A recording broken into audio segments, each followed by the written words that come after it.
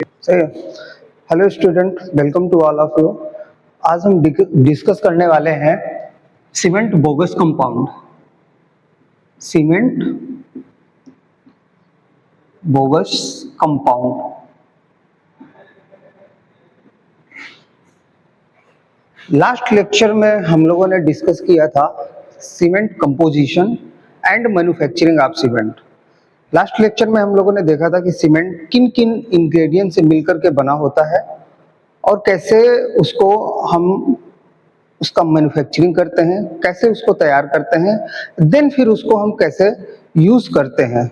आज हम देखने वाले हैं कि ये जो सीमेंट के कंपोजिशन होते हैं, लाइक जो हमने लास्ट लेक्चर में देखा था, लाइम, सिलिका, एल्यूमिना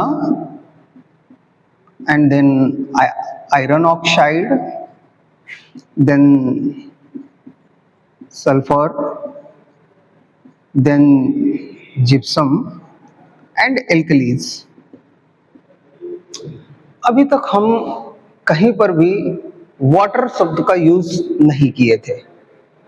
अभी तक मैन्युफैक्चरिंग में एंड कंपोजिशन पर कहीं पर भी हमने वाटर शब्द का यूज नहीं किया था। आज हम यहाँ पर cement plus water, after then what happened, वो हम आज यहाँ पर देखने वाले हैं। इन सारे इंग्रेडिएंट का मिक्सचर जो प्रिपेयर होता है, जिसको हम सीमेंट बोलते हैं, इसमें जब हम वाटर ऐड करते हैं, देन फिर जो रिएक्शंस होती है, जो कंपाउंड्स फॉर्म्स होते हैं, उनको हम बेसिकली किस नाम से जानते हैं? Bogus compound. एंड ये बोगस कंपाउंड ही हमारे स्ट्रक्चर में setting, strength, hardness, durability, compressive strength, हर तरह की चीजों के लिए यही बोगस कंपाउंड एक्चुअली में रिस्पॉन्सिबल होते हैं। तो आज हम देखने वाले हैं कि जब हम सीमेंट में वाटर ऐड करते हैं, देन फिर जो हमारा CSS जेल बनता है, ये किस तरीके के बोगस कंपाउंड्स फॉर्म करता है, वो हम आज यहाँ पर देखने वाले हैं।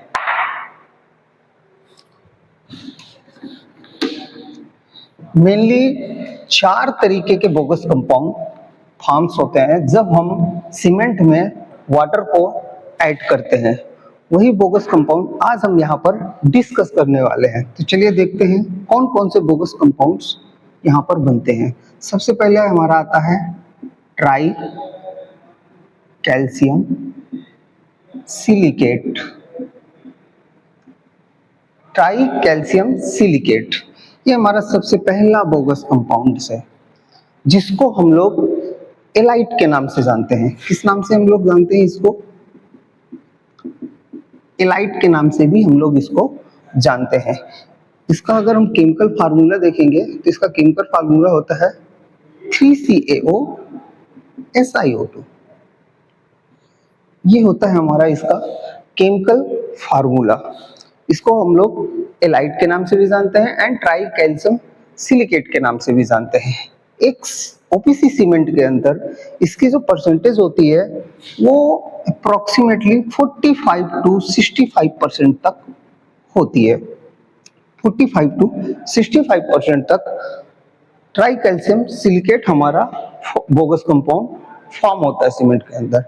तो आइए अब हम देखते हैं कि ये ट्राई कैल्शियम सिलिकेट हमारे सीमेंट में क्या काम करता है और ये किस लिए जरूरी होता है। ये किस लिए जरूरी होता है? ट्राई कैल्शियम सिलिकेट हमें बेसिकली अर्ली स्ट्रेंथ देता है।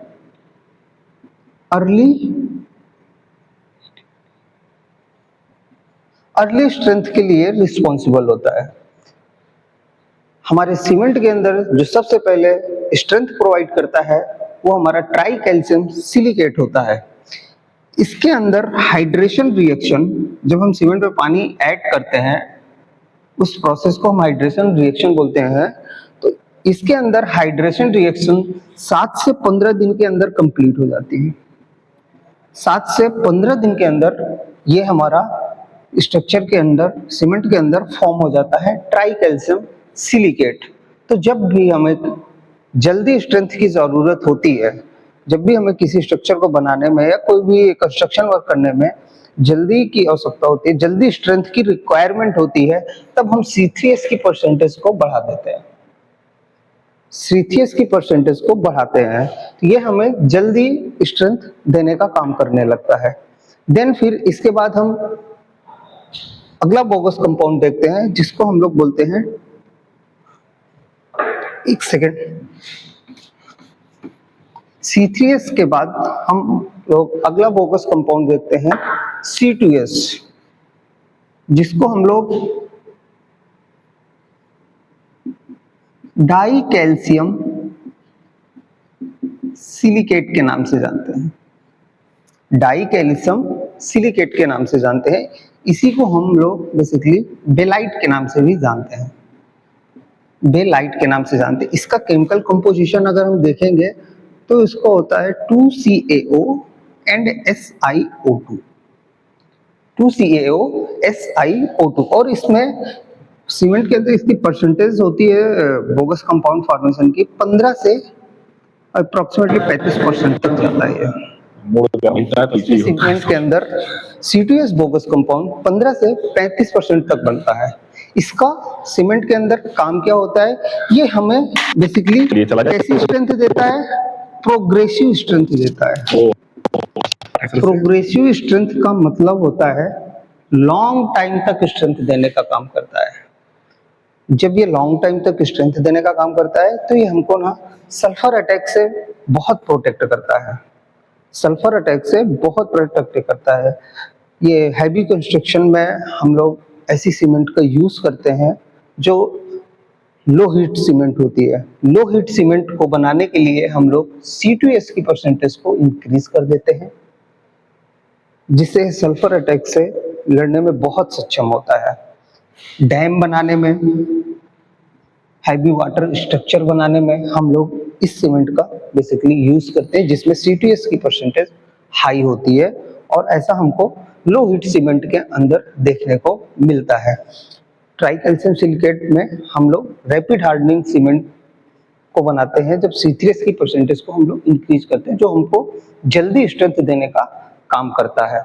तो C2S हमको प्रोग्रेसिव स्ट्रेंथ देता है, और ये सीमेंट के अंदर एक साल के अंदर 1 साल तक इसका फॉर्मेशन होता है, 1 ईयर तक जाता है। जहां ये 7 से 15 दिन में हाइड्रेशन रिएक्शन कंप्लीट करता है, वहीं हमारा डाई कैल्शियम सिलिकेट 1 साल तक हाइड्रेशन रिएक्शन को कंप्लीट करता है।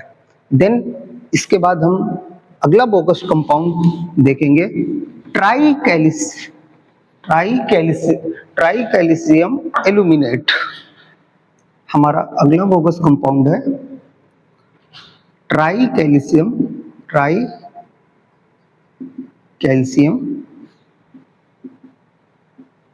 एल्यूमिनेट। इस ट्राई कैल्शियम एल्यूमिनेट को हम लोग सेलाइट के नाम से भी जानते हैं। किस नाम से जानते हैं? इसी को हम लोग सेलाइट के नाम से जानते हैं। इसका केमिकल कंपोजिशन अगर लिखेंगे तो 3CaO L2O3।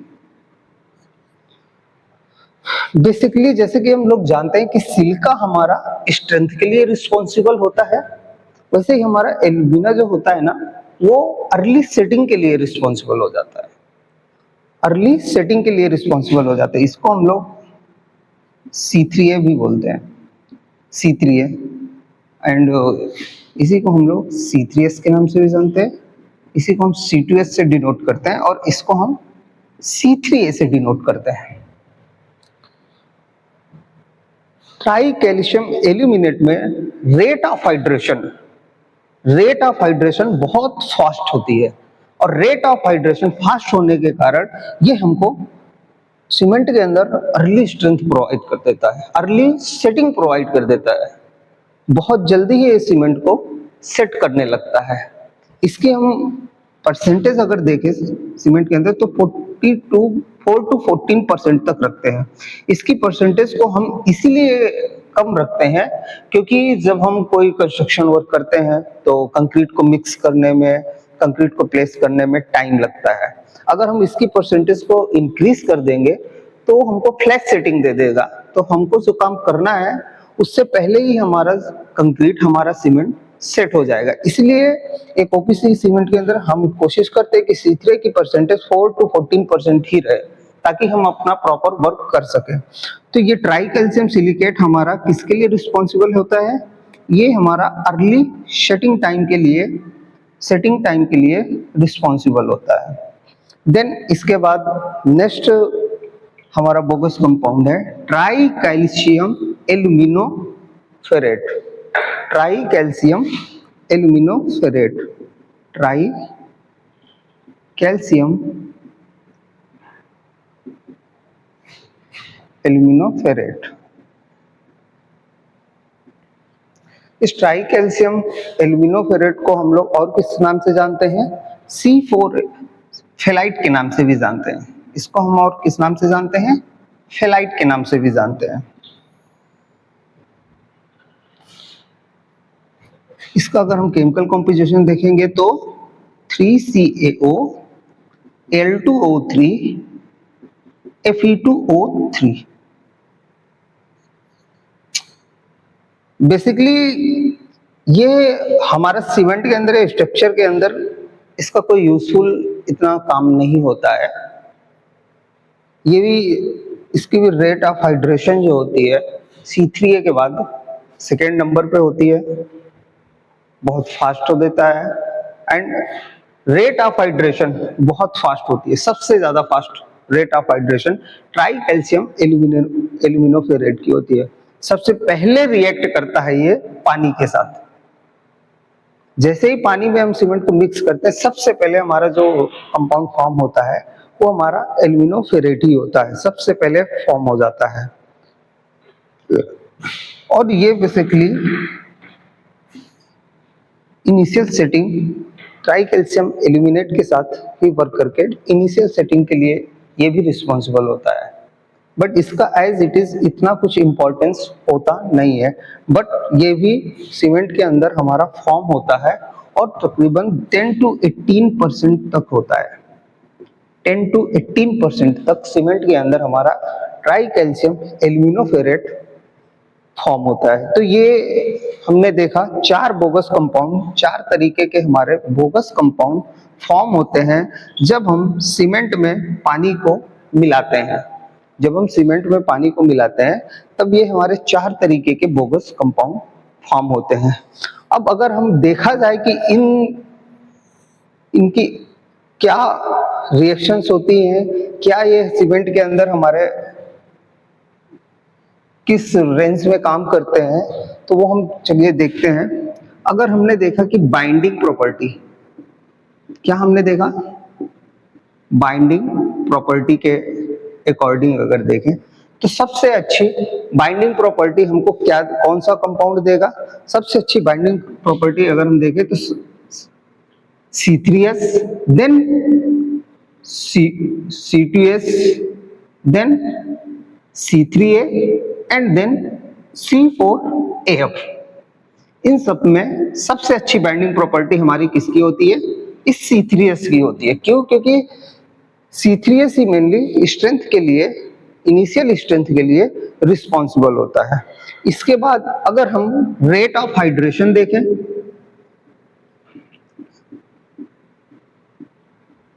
Rate of hydration का मींस वाटर ऐड करते ही सीमेंट में जो सबसे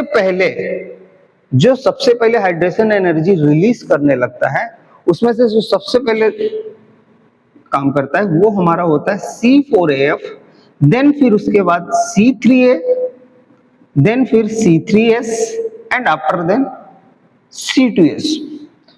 तो C4AF हमारा इनिशियल रेट ऑफ हाइड्रेशन बहुत फास्ट देता है, सबसे फास्ट इन सब में, सारे बोगस कंपाउंड में C4AF हमारा सबसे इनिशियल रेट ऑफ हाइड्रेशन करता है।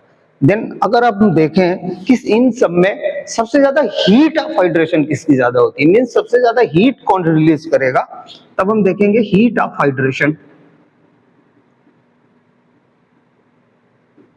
हीट ऑफ हाइड्रेशन, जब हम हीट ऑफ हाइड्रेशन की कंपैरिजन करते हैं तो इसमें सबसे ज्यादा हीट कौन देता है? हमारा ट्राई कैल्शियम एल्यूमिनेट।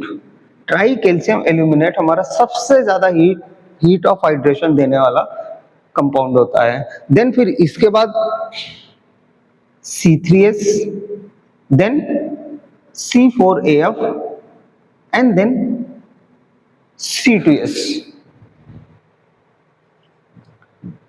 तो बाइंडिंग प्रॉपर्टी किसकी ज्यादा है? सबसे ज्यादा C3S की। रेट ऑफ हाइड्रेशन किसका ज्यादा है?